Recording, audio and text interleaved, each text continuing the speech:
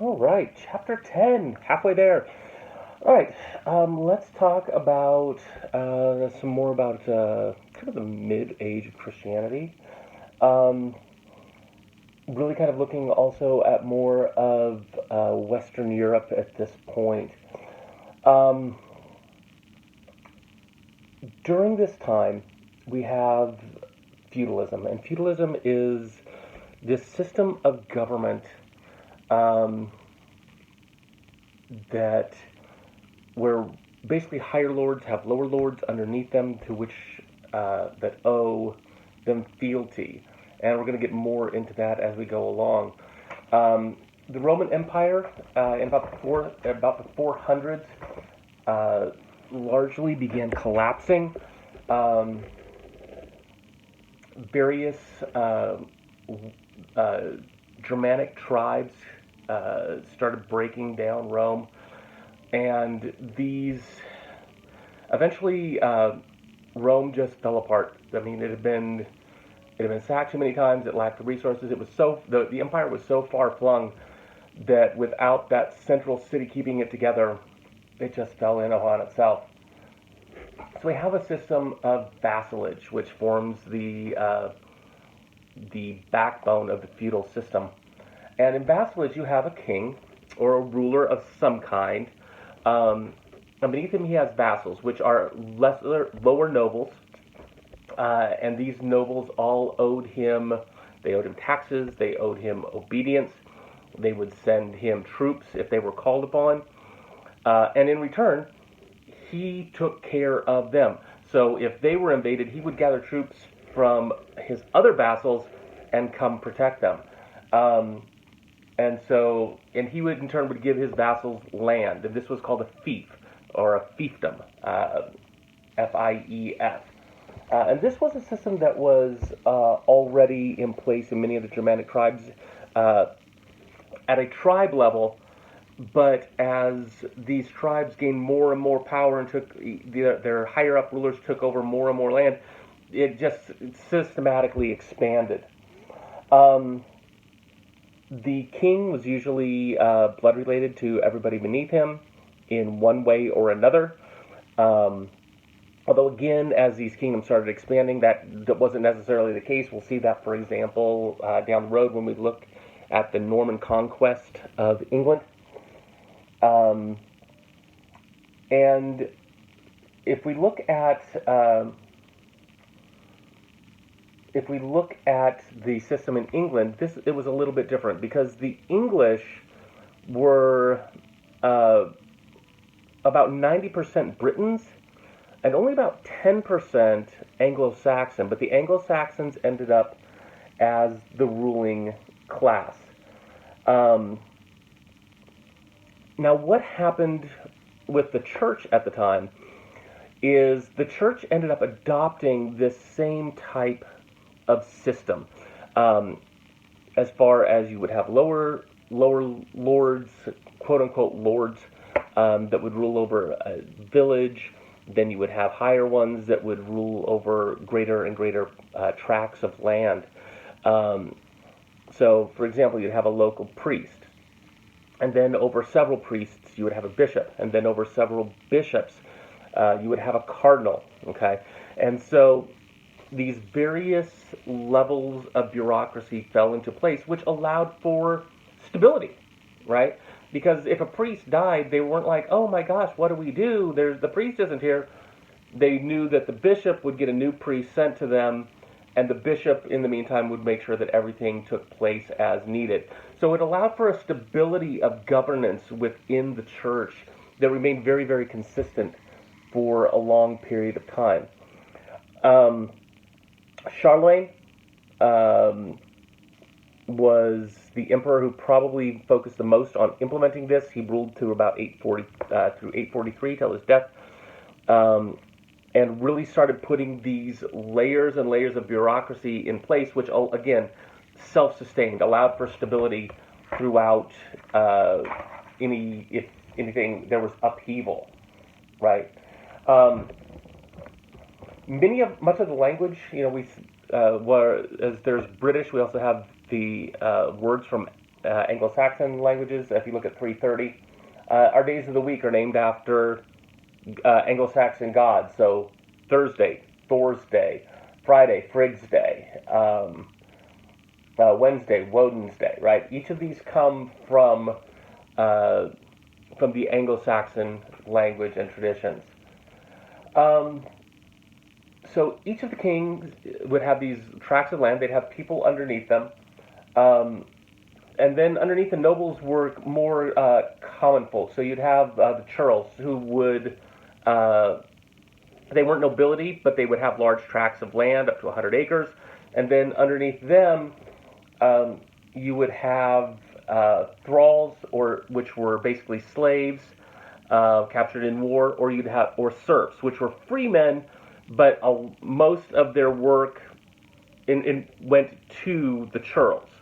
Okay, so even though they were the ones working the churls' land, they had to give most of it to him. They were allowed enough to self-sustain themselves and their families. Anglo-Saxon law was based on the idea of the weregild, which is different people's lives have different values. And this is a tradition that went way back and went on for quite some time. If you killed somebody, you would be required to pay the weregild to their family. Their life was worth so much. And if you paid it, that was it. It was done, supposedly, right? And obviously, if you were a serf, that was a very low amount. If it was somebody of a higher rank, right? If you killed a vassal, obviously significantly more. And women and men's rates were identical, though a pregnant woman was worth up to 3 times the value of a man. So that's interesting. Other things that happened right during this time, we came up with the idea of crop rotation, to where you would let part of your land lie fallow. In other words, you wouldn't plant anything on it for a year to allow the soil to regain the nutrients, okay? And then you'd rotate crops through, allowing a third of it to lie fallow every year to kind of heal, so to speak, from being used. You wouldn't overuse it that way. Anglo-Saxon law actually allowed a lot of rights to women that went away with the Norman conquest. The Normans were from a part of France. And again, we'll get to that down the road. Women could act in their own defense in court. They could testify in court. They could not be forced to marry against their will. And they could not be sold for money. So this was a very different way of thinking than the Normans, who came in, and women were basically purchased for their dowries, whether or not they wanted to be. In Anglo-Saxon law, they followed both the men's and the women's lineage as far as tracing ancestry.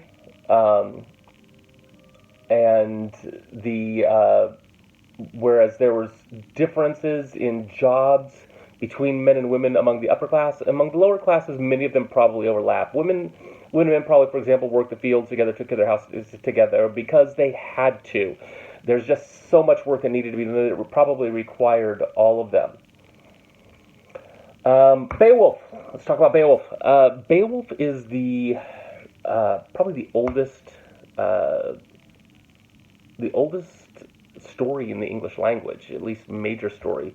It's a poem about a man who, the ultimate jock. I mean, if you want to think of him anyway, think of him as the ultimate jock.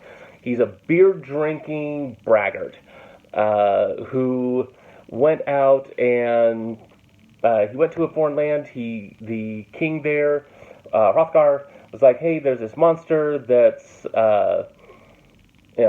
terrorizing my people. He's like, okay, I'll take care of it for you. So the first night he actually watches the monster come into the hall and kill some people. He's like, oh, okay, that's how he does it. And the monster was basically invulnerable. Grendel is the name of the monster.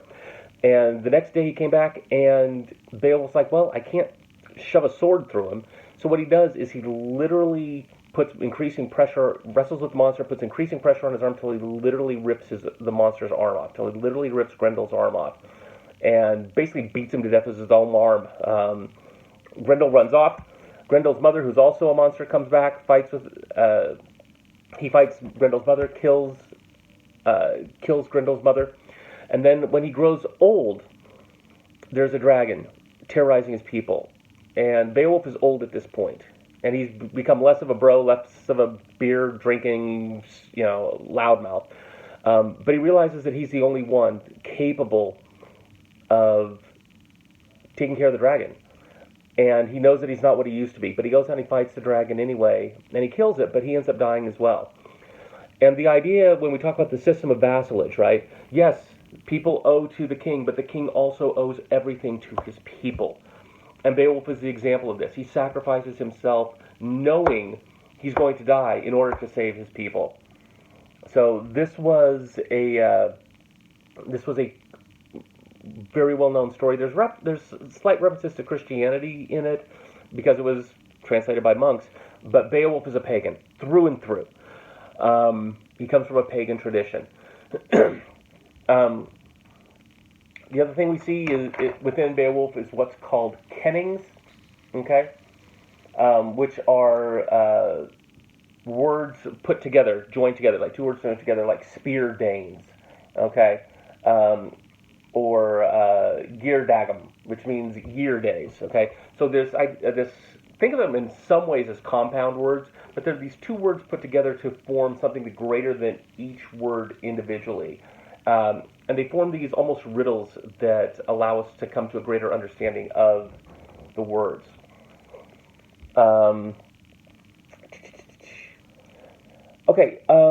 We also have, for example, the Dream of the Rood, which we're starting to see more of a movement to Christianity further down the road. The rood being the cross upon which Christ was sacrificed. And again, we think of this in the terms of vassalage, right? Christ is the ultimate king, but his people need something from him, much like Beowulf, right? And it is his duty, his responsibility to lay down his life in order to preserve his people. And so the Dream of the Rood, yes, it is a Christian story, but it talks about Christ in much the same way that Beowulf and other pagan kings and heroes were discussed. Initially, after the Romans withdrew from England in about 406, Christianity started going away, although it remained strong in Ireland. And I'm talking, it went away from England, not obviously from the continent. But when they withdrew from Britain, Christianity started into a decline that didn't pick back up for quite some time. The Celtic Church held several traditions that were different from the Roman Catholic Church. It celebrated Easter on the vernal equinox, believing that Mary, the mother of Jesus, did not have original sin. Okay, which is why she was able to have Christ. If she wasn't subject to original sin, if she was subject to original sin, she would not have been able to hold perfection within her body, is the thought. Bishops were more of a ceremonial position, whereas the people with the real power were the people over the abbeys, okay, the abbots and the abbesses, which were these. Think of them as a collection, right? Almost a small fortification, a small church or a large church, where monks and priests or nuns resided. And this is where the true power lied. There were bishops, but didn't have as much power as they did on the continent.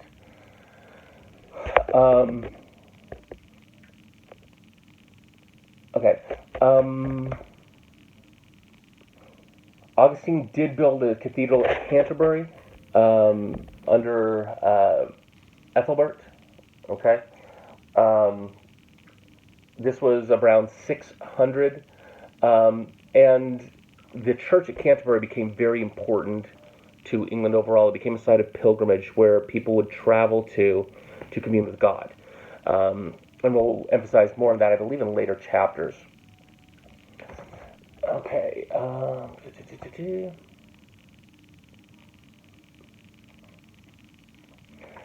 All right. We have Vikings beginning to threaten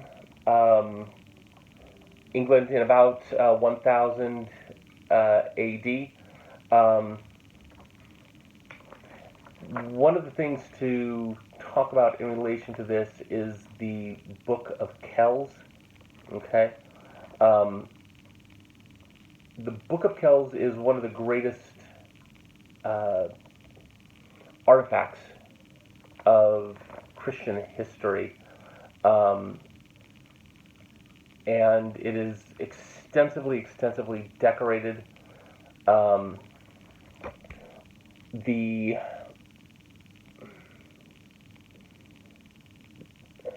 the work that is done on this book is more artistry than we see in almost anything else of the time. Um, in 1006, it was referred to as the chief relic of the Western world. Um, and its importance is not to be lost, not just as a book, as a record, but also as artwork. Um, Christian missionaries were attempting to bring England back to Christianity, which had been lost from it for literally centuries at the time, at least in any type of uh, great degree. It was still present in England, but it was largely in the western half.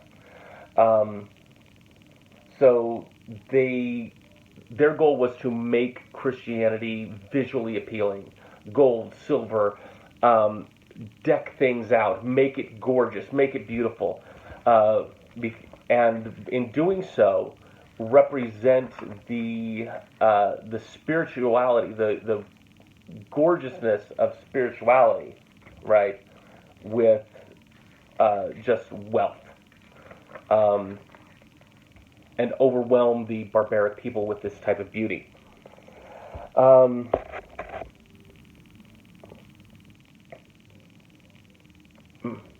Sorry, gonna have to pick back up.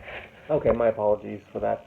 Okay, so picking back up with the Carolingian kings, the Franks, which we would later settle what we now call France, and this is where the word France comes from, were one of the many Germanic tribes that moved through Europe.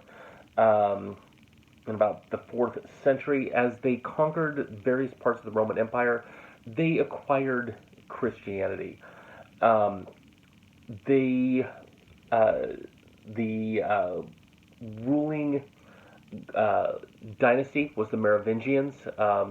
If you've watched any of the Dan Brown movies or read his books, he always talks about the Merovingian kings. Um, so they would often make much in the vassalage system. They'd make deals with the local rulers, basically say, "Look, you keep ruling, but you're going to owe allegiance to us." Um, they This worked well for several hundred years, but by the 7th century, um, really the three regions of Western France, Austria, and Burgundy, they kind of had their own rulers under the Carolingian kings, but they really kind of ruled it themselves. We'll get into that a little bit more later. Um, the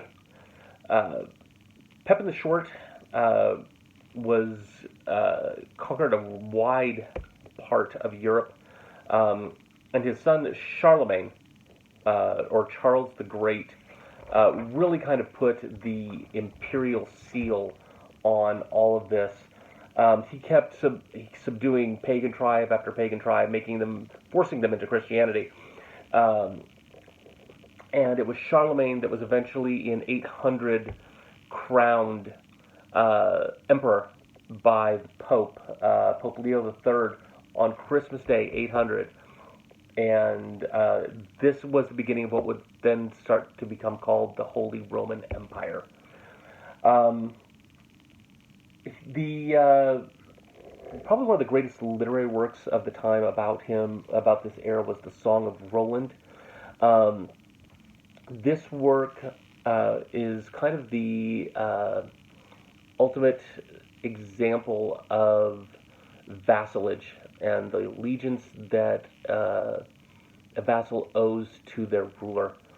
Um, Roland, the actual event described was when Roland went to negotiate with some Christian Basques. The Basques were a people of Spain, um, but for political reasons, eventually this got changed to Muslims because they needed the Muslims to be the bad guys, not other Christians.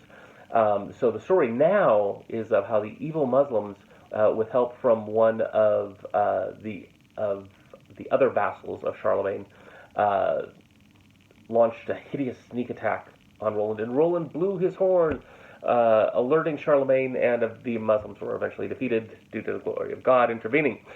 Um, but yeah, it's really interesting how the actual event has gotten changed from other Christians to Muslims for the political purposes of demonizing Muslims. Um, so yeah, the loyalty to one's ruler is really the one of the best examples of the chivalric code that we see. And the chivalric code was this behavior that knights or young soldiers, right, chevaliers, uh, were supposed to follow. This was a very strict code, though it was never formalized or written down. The rules of the game, right? You're supposed to know how to behave. This covered courage in battle, loyalty, and then courtesy towards women. Okay, now these were the rules. A lot of people didn't follow the rules, needless to say. Um, we do see within the Christian tradition an attempt to preserve and uphold literacy, at least to a degree. Now, there were schools. Not everybody got to go to them. Certainly more nobles got educated, and the children of nobles got educated than everyday ordinary people. But there was some push towards educating the common populace. And this was in large because if you educated the children, the common people, right, they would be able to uh, then sing and read and follow biblical tradition, or at least that was the thought. Now that went away after time, as the Bible, for example, remained in Latin, uh, which the majority of people couldn't speak. Uh, Down the road and in other cultures, it was supposed to remain in Latin, much like the Quran was supposed to remain in Arabic. And of course, the common people not being able to read what the Bible actually said, kept them from rebelling because they had to go through the church. Um, the other thing we see at this time is that a different style of writing coming into existence. Rome used a style of writing where everything was in caps, so it's like all caps all the time because that was the only thing there was, and everything was run together. There were no spaces between words. So it was really a very awkward writing system. And Alcuin, which was a priest at the time, created this Carolinian minuscule, which had both uppercase and lowercase letters, as well as put spaces between words, making a much more easily read form of writing, which was more accessible and easily read by the common populace. Um, Under the Carolingian kings, under Charlemagne in particular, the life of the monasteries became much more regimented. There was a wide variety of lifestyles in monasteries prior to this. There were some that were very happy, very relaxed, much in tune with nature. Well, there were others that were much more harsh. And Charlemagne in his empire is like, no, we have to standardize this. We have to standardize the way that people behave. So this is monks were to live a family life in that the other monks were their family. Okay, possessed nothing of their own. Worldly poverty. Okay, they weren't supposed to have wealth. They were supposed to live in one place, not wander. Friars were allowed to wander, but not monks. Okay, they're never supposed to marry. It's because they were supposed to be chaste. And of course, while we know the problems that have come out of that mess over the centuries. Um, They were supposed to pray 8 times a day. And when they weren't praying or eating, they were working and studying. Okay? So this was very much implemented under Charlemagne. All right? And if you look at the image on 342, you really see you see something that is designed to be self-contained and self-functional, right? You have kitchens, you have mills, you have bakeries, you have brewery, you have a cemetery, everything. It's almost like its own little city, and this is where the monks lived. The idea is that they didn't need to go anywhere else or do anything outside of it. You did have nunneries, of course, much in the same vein, and actually some nuns and some abbesses, not nuns, the lower nuns, but the abbesses were actually able to maintain and achieve significant prestige. We talk here about several of them on 343, but Hildegard, for example, with her Civius, right, recording her visions. Excuse me. And the idea behind these visions, you're supposed to make the unknowable knowables. It's supposed to be a type of revelation that allows the common person to know God. And this type of mysticism was very common at the time. Also during this time we see the Gregorian chant. And with the Gregorian chant, this is where you basically have, you've probably heard this, right? So you have one note per syllable. So, except at the end of a line, in which case you may get multiple notes for that last syllable. So, Kyrie eleison, right? Kyrie, so one note per syllable, except at the end. Eleison. So we have the Gregorian chant is something that we see moving through at the time. Of course, you have Mass, right? The last, which is a recreation of they have the recreation of the Last Supper, where you get the bread. This is my body broken for you. The wine, little cup. This is my blood shed for you. And there was a debate among many Christians at the time whether or not the bread and the wine actually physically transformed into the actual blood and body of Christ. And it was held for a long time, that it actually literally physically transformed in a type of miracle. Okay, Charlemagne's empire broke down when Louis the Pious, his son, divided the empire among his 3 sons, Lothar, Louis the German, and Charles the Bald. So Louis the German ruled Germany and Austria. Charles the Bald ruled France, and between that, you have Lothar, which is from the North Sea down to Italy. Okay? Now, of course, Lothar dies first, and Charles the Bald and Louis the German end up fighting over what was left and trying to take the former Lothar's lands. And so you end up with what is now kind of the general shape of modern Germany and the general shape of modern France coming out of this dispute.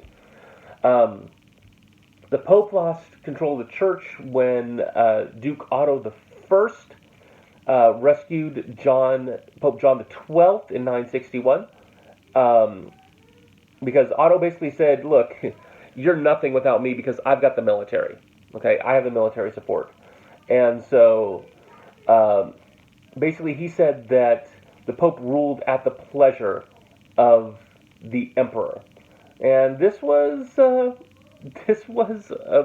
big contention, and it didn't always go well. And the back and forth between church and state went on for quite some time.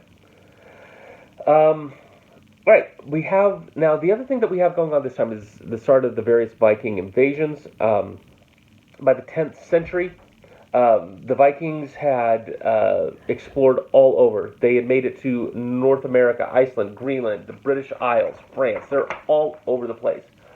Um, in 915, the Frankish king had to grant Rolf control of Normandy, okay, which is part of northwest France. And it supposedly was technically still reporting up to him, but in actuality, Normandy was its own thing. And the ancestry of the rulers of Normandy were not Frankish. They were, from the Danes. Okay, they were the Vikings, and so this ends up setting up this kind of kingdom within a kingdom within Normandy. And they were very independent of France. France did not care much for that. Norman constructed a lot of the Motte and Bailey castles that you see there on 346, which allows for a watch post, and then trying to cross that bridge. Could you imagine being an invading force trying to cross that bridge, or going all the way down into that moat and trying to come back up while just being leveled with arrows, spears, whatever rocks they might roll down on you? It was really an ingenious design, and they were able to construct them at a tremendous rate because they rely a lot on terrain, and they were building at one point an average of one every 8 days. And you set those up all over Normandy. And of course, the people of Normandy are like, well, shoot, this protects us pretty damn well. So the people of Normandy actually ended up being fiercely independent from much of the rest of France. Okay, 347, the pilgrimages. So, pilgrimages is where people would go to see sacred sites or sacred relics, right? Like the bones of saints, or a part of the actual real cross, or John the Baptist's knucklebone, right? Because they felt that by getting physically closer to these sacred objects, there was a better chance that their prayers would be answered. And also, by going to these places, they were demonstrating their commitment to God, and so God would look favorably upon them. The other thing that we have happening at this time, plague, disease, sweeping the land. We know nothing about that right now, do we? And so, this was happening because of increasing urbanization, okay? So you ended up with people in close quarters, people would get sick, lots of people would die because people lived next to each other, and the plague would sweep through. Quarantine was very important back then. And what quarantine was people try to say, well, quarantine is for the sick. No. Quarantine was when a ship would come into port, and they would be forced to stay off the port. They wouldn't be able to actually come all the way into port, but they had to anchor in the bay for 40 days. Quarant, right? A quarant. 40 days before they would be allowed to come in, so that if anybody potentially had it, they would get it and they would die. Okay? So quarantine was not for the sick. It was for the potentially sick, which totally contradicts many of the arguments currently made. So specific routes were developed at the time so that when people would go to see something on a pilgrimage, there would be other places they could stop along the way, right? So it's kind of like, you know how if people take a trip to see, like when I was in Mississippi last week, there was a trip to go see a blues tour, right? And you'd see all these various blues joints and places where blues greats lived, etc., right? Well, this is what happened with these pilgrimages. It's like you can see John the Baptist knucklebone here, you can see part of the True Cross here, you can see this saint's robe here, right? And so you travel along these routes seeing multiple sacred sites along the way. And so people would build up these gorgeous, massive churches along the path so that you could see all of them, and of course all the different churches, right, would then get your money. So pilgrimages, yes, they were there to see sacred sites, they were there to pray, but they were also kind of a form of entertainment too. All right, Let's take a look at 1066 and the Norman invasion of England, which changed everything. Okay? So, Edward the Confessor, King of England, died. Bam. Now, when he died, he named Harold of Wessex as his successor. Now, William was the Duke of Normandy. And remember, the Normans are Vikings. Okay? And he's like, wait. He promised me the throne. Okay? Edward said that I was going to be king. And Harold had supposedly already said, yeah, you're going to be king. So William was pissed. Absolutely pissed. And so he gets this force together to invade England. And we come to the Battle of Hastings. And at the Battle of Hastings, the English have the upper hand, right? They're up on a hill, okay? And they've got the terrain, they're fortified, and William's down below. And so here's what William does. He sends some men up the hill, right? And not enough to do anything, right? And then these men run back down the hill. Well, part of the army, right, of Edward's army is like, hey, we're going to get those guys. And so they run down the hill. And William's main force kills them. And then he sends some more men up the hill. And so he starts luring the English down the hill a little bit until finally he's like, okay, there's not enough of them left. And he kills them, including Harold. And he takes over. And so we end up with basically these French Vikings ruling England. And this line lasts for a long time. And it also starts this split within the English language between French-based words and the Anglo-Saxon words. So you get these words like pork, right? Pork. That's a good Germanic word, right? Swine. French-based, right? We're talking about the same thing, but the word is different. And we see this division throughout the English language, and that traces back to this battle. And because if you're going to be part of the court, right? If you're going to be part of William the Conqueror's court, you had to know French. It was required.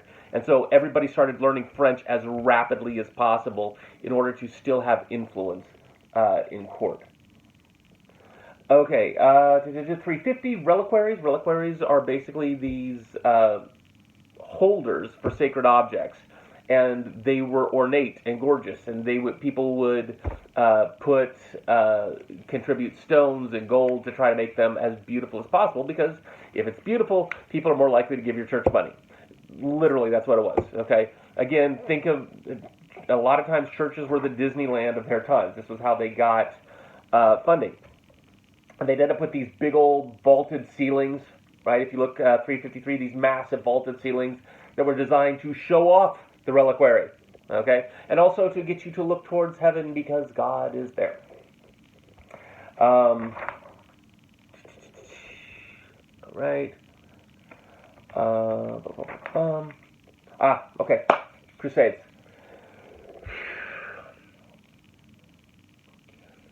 So, the Crusades were supposedly,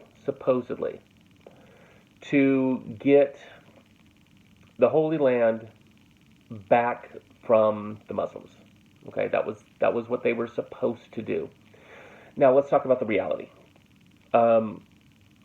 If you're a noble and you have 4 kids, okay, you've got 4 kids, four sons, right? 4 sons. Only one of those sons is going to inherit your kingdom. Okay, it's going to be the eldest. This is the law of primogeniture, okay? The eldest son inherits everything. And maybe you can take one of them and ship them off to be a monk, or, buy favor and get him to be a bishop, right? Get some influences in the church. What happens to the other 2? And you have these, 2nd, 3rd, 4th, 5th sons all across Europe that are wealthy and have nothing better to do than scheme against their older siblings. And so you end up with the Crusades that, hey, if you go to the Holy Land and kill the Muslims because they're horrible people, you can get land there. You can have your own little kingdom there. You can set up, and God will bless you because you are saving the Holy Land from the infidels. And this idea worked. You ended up, over the various crusades, with literally, if you combine them all together, hundreds of thousands of people going to, Israel, Jerusalem, etc., and killing and attacking the Muslims there, or the Saracens, right? Which they made incorrectly interchangeable with Muslims, although it does not mean the same thing. And the Crusaders committed some of the most atrocious war crimes. Impaling people. They would eat the children. Literally would eat the children. These good and noble Christians, right, were eating the children of the Muslims. And what ended up happening, actually, rather than securing the Holy Land, although they did succeed in driving out the Muslims from Jerusalem at first, it rallied all the Muslims in the region to come back with an absolute vengeance. There were 3 crusades that originally happened supposedly in the name of God. The 4th crusade was really just a money grab. Venice hired 30,000 people to just go in and say, hey, we want these trade routes open for us. And they decked it out completely in, it's supposed to be holy, but really that's what was happening. Venice literally paid these quote-unquote crusaders to go clear trade routes for them. He also had the Children's Crusade, which ended up with thousands of children. Oh, give us your children. We're going to take them to the Holy Land. And these children will miraculously defeat the evil Muslims. And tens of thousands of children came, and literally thousands and thousands and thousands of children died. It was horrific. All right. Courtly love. And let's start with Eleanor of Aquitaine. Holy mackerel, what a woman. So during the Second Crusade, King Louis VII was going to conquer the Holy Land. Eleanor's like, yeah, I'm coming with you. And here's 200 women. Give us armor. We're coming with you. They didn't come to fight, but they were there to help the sick and wounded, and they wanted to be armed when doing so. And Eleanor was a very fiercely independent woman. She succeeded in getting her way, but Louis ended up really tired of her independence and had their marriage annulled because supposedly they were blood related, but really he just wanted her out of the way. About 8 weeks later, if I remember right, about 8 weeks later, she married the King of England. So it's like, oh, you know what, fine, I'll marry him. And one of her sons was Richard the Lionheart, and also John. So she became the mother of those kings as well. Henry did not treat her well. Most Henrys apparently were not very good husbands. We'll talk about Henry VIII later. Divorced, beheaded, died. So she moved to Poitiers. She encouraged her surviving sons to rebel against their father. He ended up bringing her back and imprisoning her till his death 10 years later. So Eleanor was just this amazing, fiercely independent woman who was the mother of kings, and really an amazing, amazing person. We have troubadour poetry at this time, and we talked earlier about the proper way that, under the chivalric code, that men were supposed to treat women. And really the troubadours talked about this idea of courtly love, right? You were supposed to love, admire from afar, be utterly amazed with the woman, but oftentimes the woman is married, and so you can't have her, but you're supposed to long for her and do anything for her, okay? This was the idea of courtly love. Really what it oftentimes led to, it was supposed to be non-returnable, right? Because she was supposed to be unattainable, but that was the ideal. In reality, it often led to affairs, and people getting in a hell of a lot of trouble. The other thing, though, with courtly love is if you did capture the woman and it was somebody that was obtainable for you, if you were of that rank, right, it allowed women to share power with men a little bit more. Lays, that's L-A-I. A courtly lay was a short romance that involved the supernatural. Okay, often sung with accompaniment by a lyre. That's L-Y-R-E, which is a type of stringed musical instrument. Okay, and both men and women were troubadours or singers of songs. Actually, men were troubadours, women were troubadourites. And they could actually obtain some measure of status and wealth out of this. So, all right, this is the end of chapter 10. We'll go on to chapter 11. Please keep up with your discussion boards. Please keep up with your discussion boards. Do not fall behind. This is attendance through your discussion boards. All right, have a good day, guys.